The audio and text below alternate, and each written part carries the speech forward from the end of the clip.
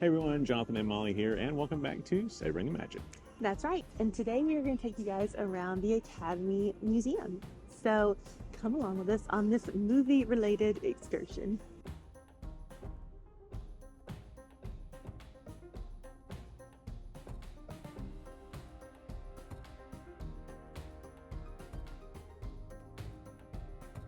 The Academy Museum opened on September 30th, 2021 as the first large-scale museum in the U.S. dedicated to the history and cultural impact of filmmaking. We were actually here back in 2021, not long after it opened, and it's refreshing to see how much they have changed exhibits since then, adding new props and more history than you have time in one day to read.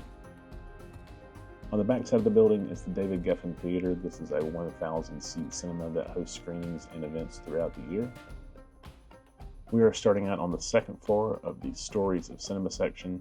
Technically, this is a 3-floor exhibition. It's such a small thing, but I really love the way that all this is laid out in here, like with the writing on the wall and just the coloring and all the design aesthetics. And also just a really great way to cover the basic components, the basic teams that are working with every film, and to get just a little blurb about each one so you have a better understanding of what exactly they do. And our friend Cole is with us today. You may recognize him from our Jollywood Nights video back in the holidays. He looks a little less dapper today, but not everyone can pull off the, bow tie and all this other stuff, That's the true. pocket watch, all those things. The Fred Astaire vibes. Exactly. I'm trying to go for the LA vibes today with That's the right. shirt on. No, you're accomplishing, I think. It works. Yes. Kind of fit the movie capital of the world. That's right. But he's a fellow movie enthusiast, so he's with us today. For sure. I feel like I'm definitely in my element here. In fact, I might just camp out here all night, just watch all these movies go by. The Significant Movies and Movie Makers Gallery has reopened with a new experience. The first one being Casablanca. It will be here through, I believe, the beginning of January 2026. The script was rewritten constantly, as you can see on the pages here. Of course, 1942's Casablanca is a wartime romance starring Humphrey Bogart and Ingrid Bergman.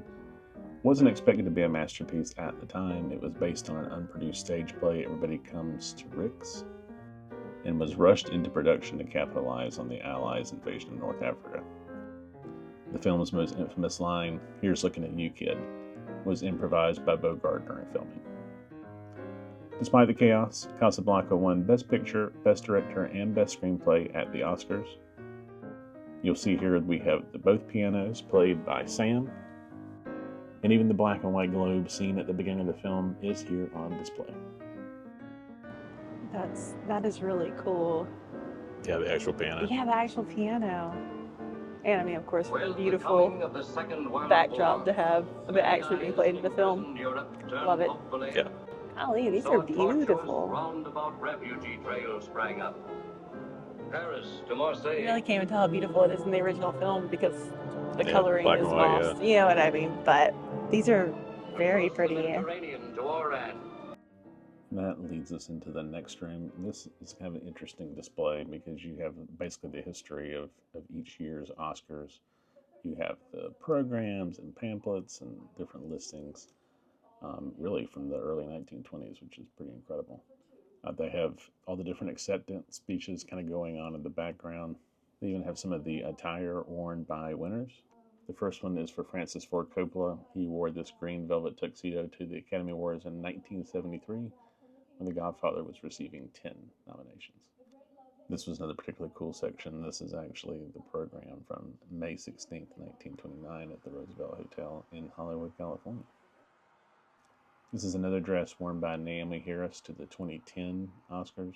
This was made from an organic textile standard silk. This one I do remember because it was chaotic at the time. This was a Jenny Beavan's outfit for Mad Max Fury Road in 2016. It actually paid homage to the film and featured a flaming skull symbol from Mad Max's villain. So one of the cool things, you do have a room here of different Academy Awards. This one is the Academy Award for Adapted Screenplay for Moonlight to Barry Jenkins and Terrell Alvin McCraney. So that's pretty neat because this is recent. Yeah, 2016. Yeah. recent. It's been longer than I think it's been. It's fine. Um, and then you also have the directing award for Alfonso Cuarón.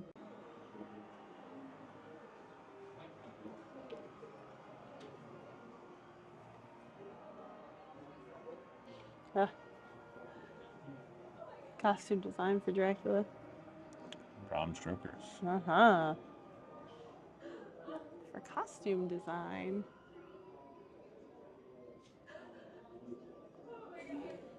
You can hear Halle Berry crying in the background. I know. Monsters I can hear Ball, a lot I of believe. things. Nope, this one is for E.T. Oh, Sound E.T. effects editing. Great movie. We just held one of these the other day, and they are we heavy. did. Yes, we held it at Paramount. And we might be holding another one in a Later video today. soon to come. Ugh. Visual effects for Star Wars. Yes. As it should. This is for Gregory Peck for To Kill a Mockingbird, Ugh. 1962. What an iconic role. Iconic performance. It's pretty cool that one's here. Yes. Yes, thank you, Peck family, for donating that one, I'm sure. Oh, this one was Sunset Boulevard. And this is the empty one. This is the empty one for Oh, Hattie yeah. McDaniel. For Gone with the Wind. Another one that's whereabouts is unknown. Yeah, this is true.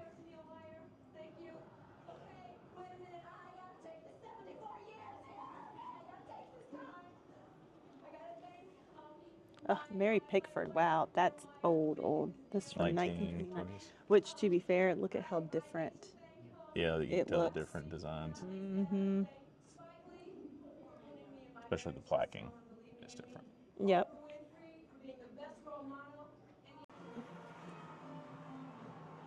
It's pretty comfy, yeah. It was just cool. I had to sit on it. Well, of course. Yeah. Just saying.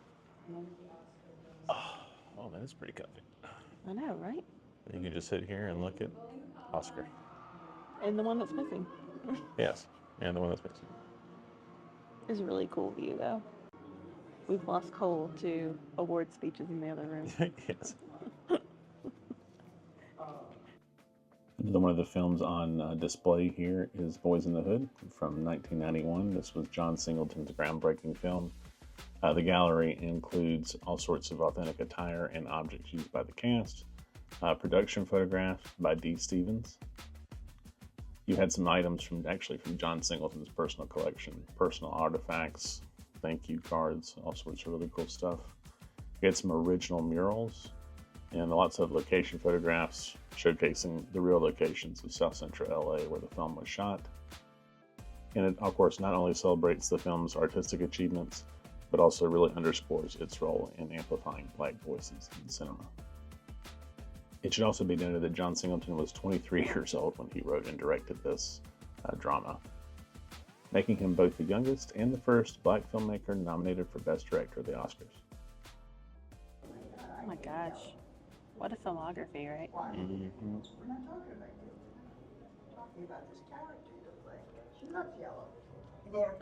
Jonathan's favorite part of this exhibit Oh my now. God, Mrs. Doubtfire. One of his favorite movies of all time, and now he is just so thrilled that this is here. That's the wig, right there.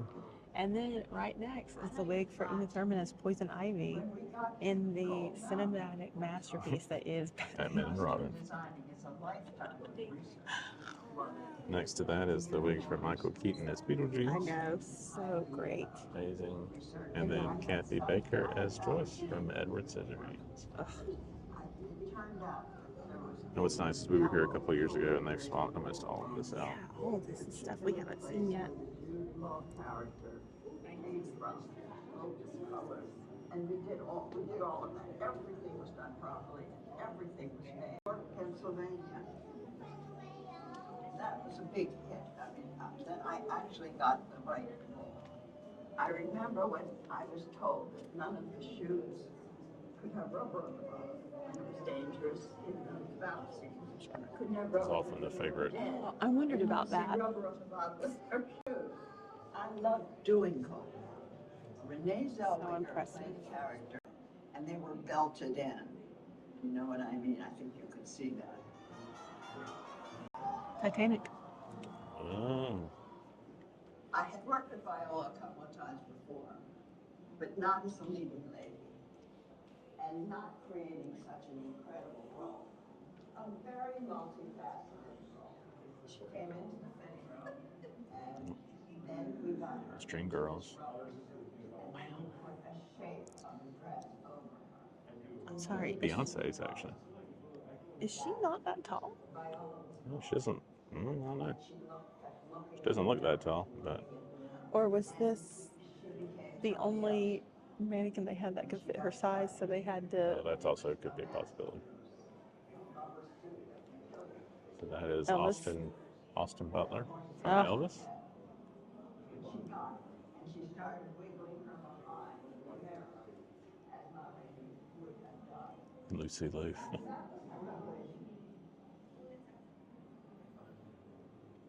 Kill Bill. Oh, wow. Oh, Ma Rainey's Black Bottom. This is Viola Davis's outfit from that. That was a fascinating movie. Yeah. Monster makeup. And that's one thing that I didn't understand when I first started. Get as much research as you can about Oh. characters you're creating. It's Meryl Streep's outfit from Julie and Julia. Oh yeah. Give choices of how you're going to create these characters. This is when Love that movie. I know. more directors. And when Such a good everybody feel-good has the movie. same vision, you create magic. Pretty amazing characters on set. Oh, this is Zellweger and Cold Mountain. Oh.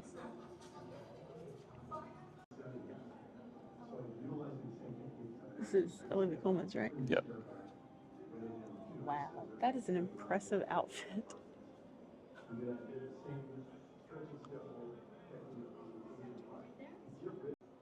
I always want the cat Going to America.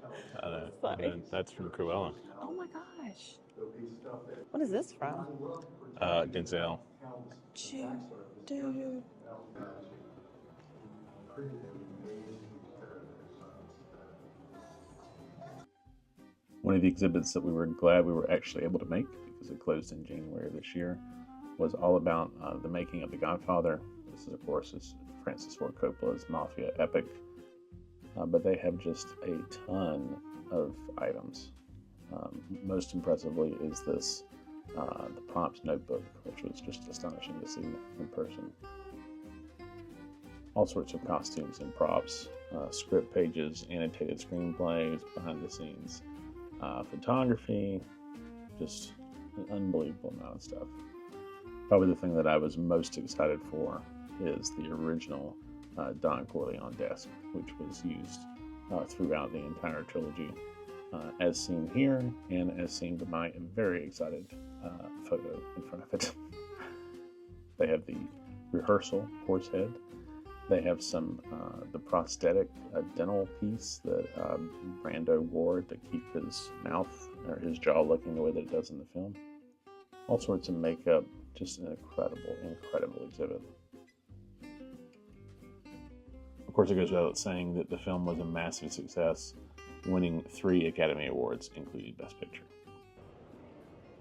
There's old Bruce the Shark up there. Can't miss out on him.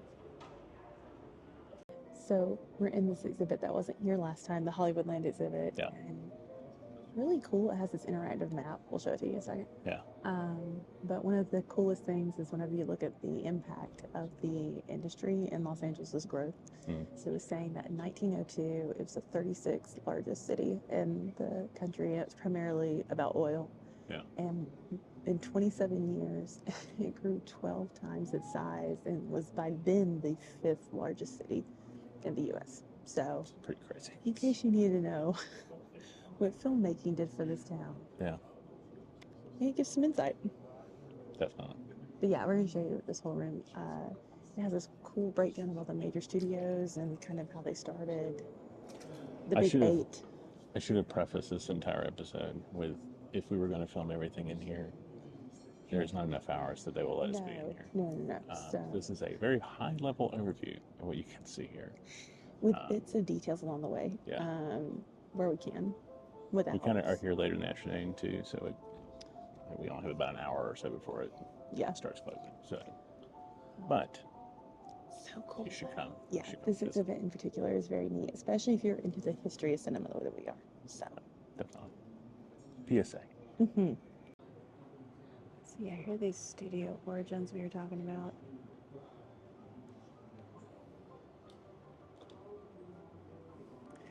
Kind of perfect since we were literally at Paramount just a few days ago.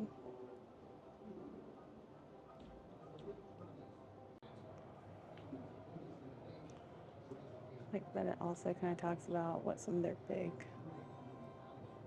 wins were early on. But yeah, they have all of them: RKO, United Artists, Warner Brothers, Universal, MGM, and Fox. Oh, there's a familiar sight, the old RKO. Oh my gosh. So wrong, we just saw something about it in the other room. King Kong.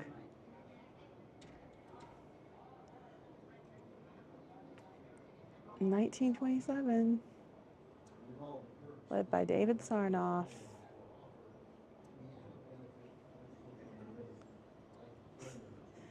Funny enough, Sarnoff was someone who was approached for the Disneyland television show early on whenever Walt was trying to pitch that to fund the building of Disneyland. Of course, United Artists was set up by Mary Pickford and Douglas Fairbanks. Or well, they were two of the big ones anyway. They weren't the only ones. The jazz singer. A model of the Warner Brothers studio tower.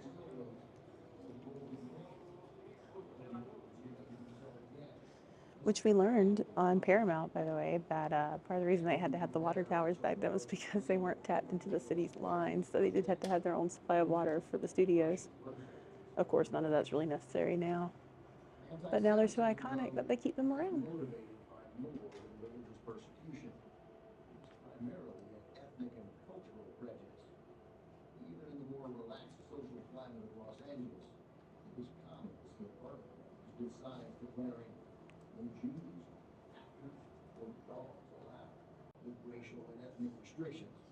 The hippie mayor.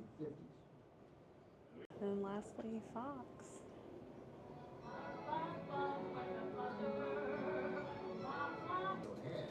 Kind of crazy what a lengthy history in this city that Fox had.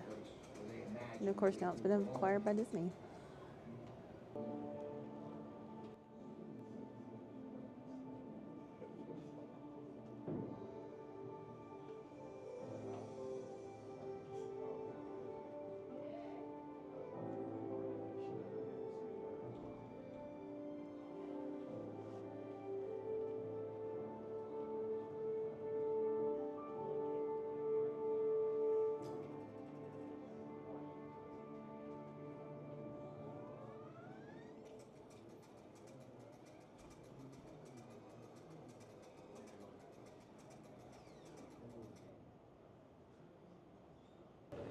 More of the stories of cinema.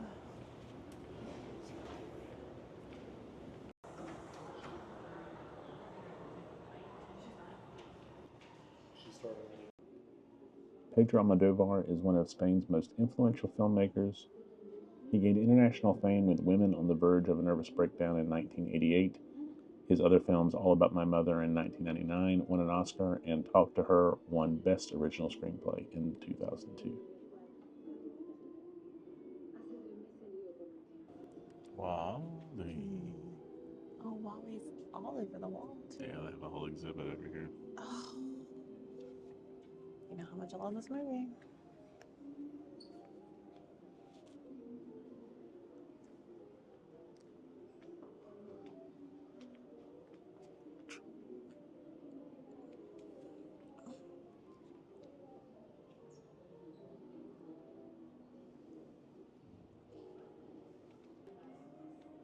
This is from Guillermo's Yeah, Pinocchio. movie. Hmm. Super cool. Look how beautiful this is. And they have kind of a little video up here Oh, that just went off there we go. that shows like how they did it. It was rather funny for you to pull it up and then And it here's the not video be as it there. disappears. Pretty neat. I mean, you can really tell the detail work is just incredible. Stop motion is such a crazy thing, right? So wild.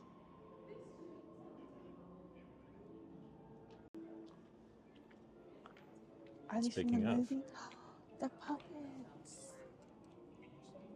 How detailed. Ugh. These are so well done. So cool. They really have such an impressive display.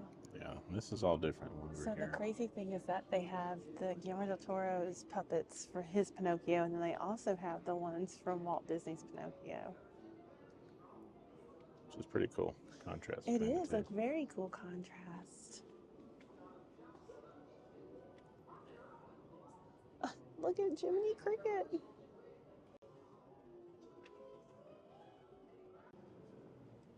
Such a crazy thing too whenever you consider this is from the 40s.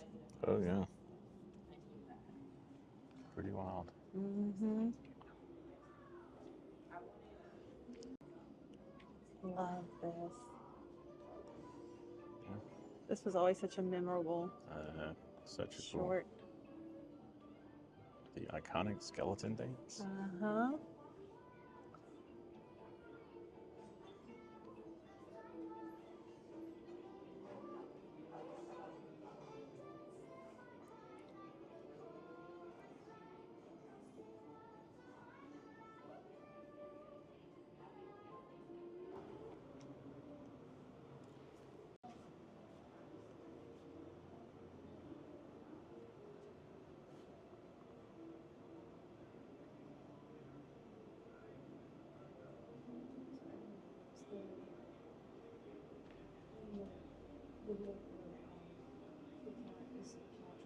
Oh my God.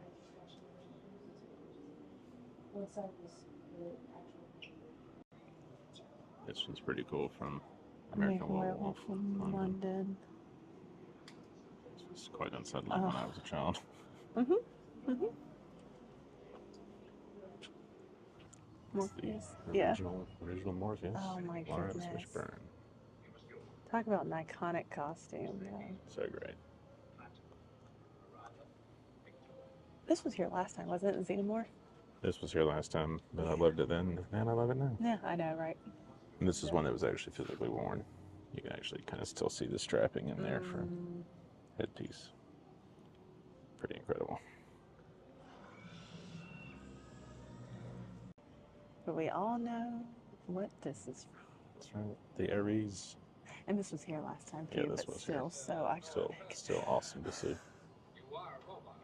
Still love it. That's from 2001: A Space Odyssey, for anyone that doesn't know. Oh yeah, in case you're younger and haven't watched classic cinema much. You should stop what you're doing and watch it. I know. Oh, this is Teddy, I think. AI. Oh, AI, yeah.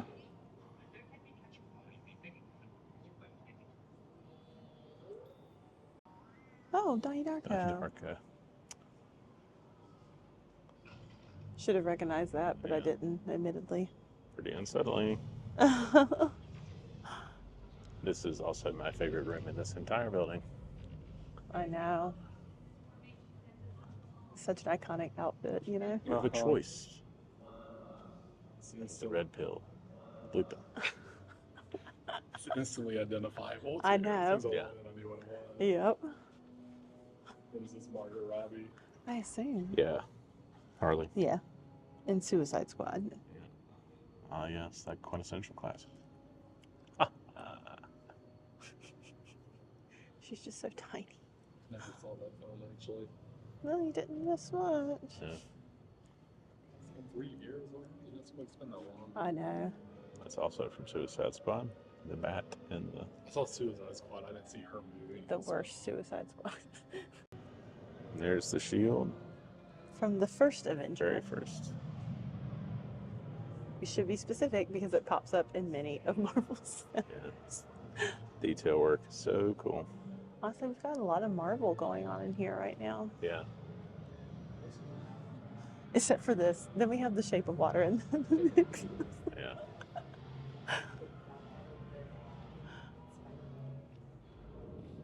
Still such an impressive character design. I know. All of that fun too. Mm-hmm. And of course, Iron Man. Don't miss out on Halle Berry's Storm outfit over here. Oh, I will not. Don't worry. I have the Iron Man gauntlet from Endgame, complete with the Infinity Stones.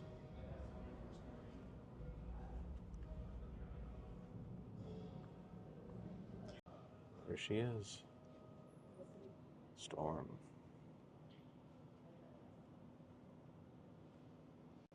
Oh my God. Did you see what this is? I just saw. Sorry.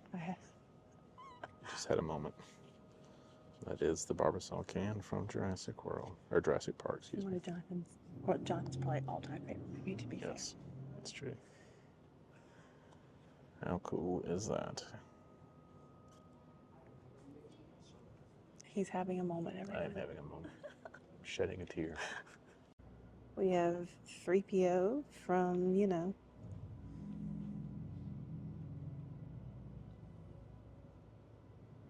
with the red arm.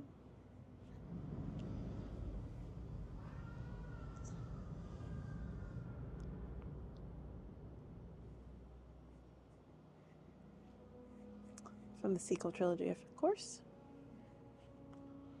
Oh, here's a little bit about the sequel trilogy. Handy, because they don't just have C-3PO. They also have several of the helmets. Of course, Finn's helmet. The Alliance ring. It's a little hard to see that. We'll zoom in. Rey's saber, and then the melted Darth Vader helmet, which I gotta say still does look so cool. And then they have all the little Porg animatronics and puppets. The whole variety of them. Here we have Close Encounters of the Third Kind. They've really changed this exhibit a lot since the last time we were here. Yeah, last time it had the backgrounds from Batman and everything in it.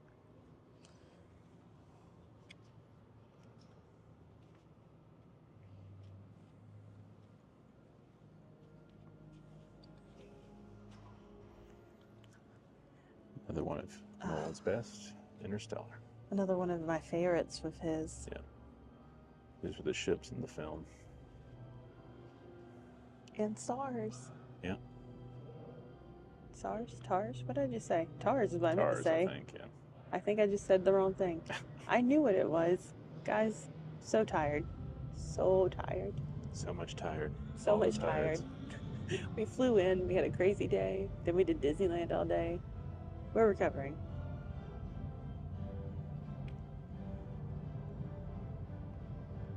Are you worthy?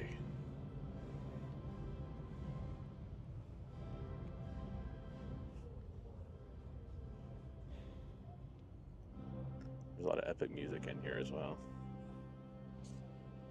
Oh, man.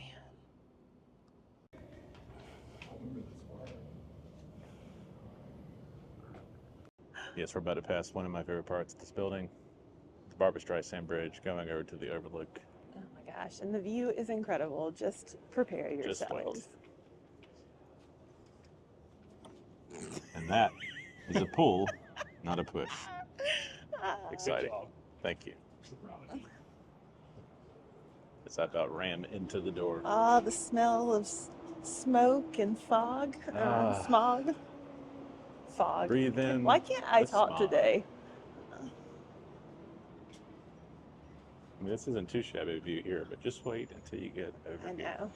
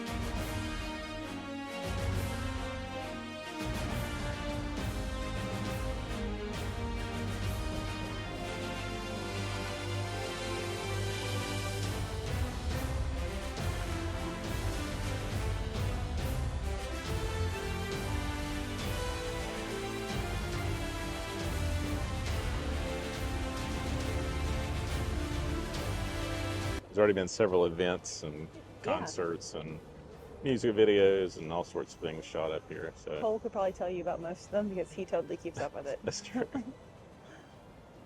Many a thing. So we were just referencing that things have happened on this rooftop that Cole would know, and he does. And here we are, Adele's, is it Vogue, you said? Vogue, yes. Photo shoot. For 30. Right here above us. So we're on hallowed ground of the Queen herself. Too bad she's not here today. I know, unfortunately. Unfortunately, she's not here. Yes. Maybe But one day. maybe one day. Maybe one day we'll see her. Next time. Next time. Fingers crossed. So, have you guys ever been to the Academy Museum? Comment and let us know. Do you guys love movies the way that we do? If so, let us know what your favorite movie is. That's right. If you enjoyed the video, be sure to like, comment, subscribe. Really helps us out. But until next time, keep savoring the magic.